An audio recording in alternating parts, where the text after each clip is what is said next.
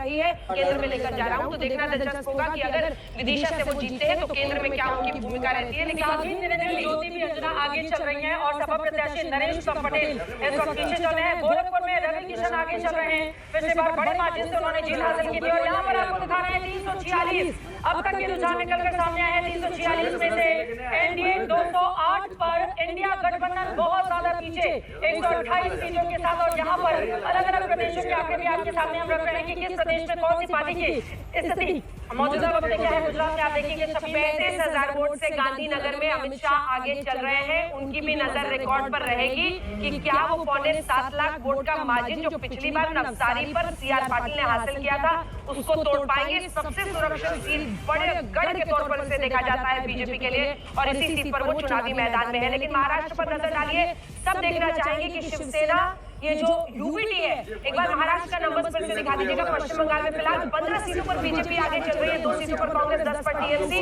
9 पर बीजेपी अगर पश्चिम बंगाल में ये मेंटेन कर पाती है। दूसरी तरफ बीजेपी 9 सीटों पर आगे बिहार में है और आरजेडी भी यहाँ पर आगे चल रही है कई सीटों पर महाराष्ट्र में। लेकिन देखिए 7 सीटों पर बीजेपी, कांग्रेस 5 पर, शिवसेना 4 पर। ये शिवसेना एकनाथ शिंदे शिवसेना है, तो वहीं यूपीटी वाली शिवसेना भी 5 सीटों पर आगे है। 1 सीट पर एनसीपी, तो दूसरी तरफ शरद पवार वाले गुट में 3 सीटों पर आगे है। यहाँ पर असली और नकली का होना है। लेकिन हाँ, बिहार में आरजेडी 6 सीटों पर आगे है, ये भी एक बड़ा संकेत है। उत्तर प्रदेश में 33 सीटों पर बीजेपी आगे चल रही है, 358 सीटों का अन्य पर 7 आगे चल रहे हैं। ये भी अपने आप में बड़ी खबर है। बिहार के फिलहाल आपको बताते चले अब तक 350 से ज्यादा सीटों की रुझान सामने आ चुके हैं। 360 का आंकड़ा इस वक्त आपकी स्क्रीन पर है, 218 पर एनडीए, 119 पर इंडिया गठबंधन, यानी कि इंडिया गठबंधन बहुत ज्यादा पीछे यहाँ पर दिखाई दे रहे हैं।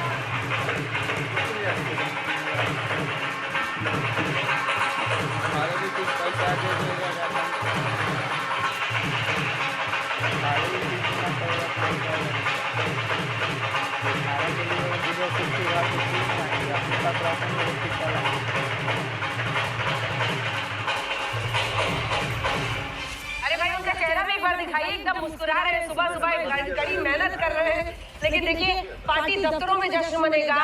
चुनाव का ये पर्व इसलिए है, ये ढोल नगाड़ा इसलिए क्योंकि चुनाव का ये पर्व है। जो वोटर्स गर्मी में, धूप में, हर मुश्किल के बीच में निकले हैं, वोट डाले, अपनी सरकार चुनी है, ये उनका पर्व है। क्योंकि वो ये जानना चाहते हैं कि जिसके लिए उन्होंने वोट दिया है वो सरकार उनकी बन रही है नहीं बन रही है। इसीलिए इस अंदाज में हम आपको आज तक पर नतीजे बता रहे हैं। जल्दी से 15 सीटों पर कंगना रनौत मंडी से आगे चल रही हैं और पटना साहिब से रविशंकर प्रसाद, पिछले बार की बहुत बड़ी मार्जिन से उन्होंने जीत हासिल की थी। कायस्थों के दबदबे वाला वो पूरा का पूरा इलाका है। रविशंकर प्रसाद फिलहाल पटना साहिब से आगे चल रहे हैं, लेकिन पाटलिपुत्र से मीसा भारती आगे चल रही है।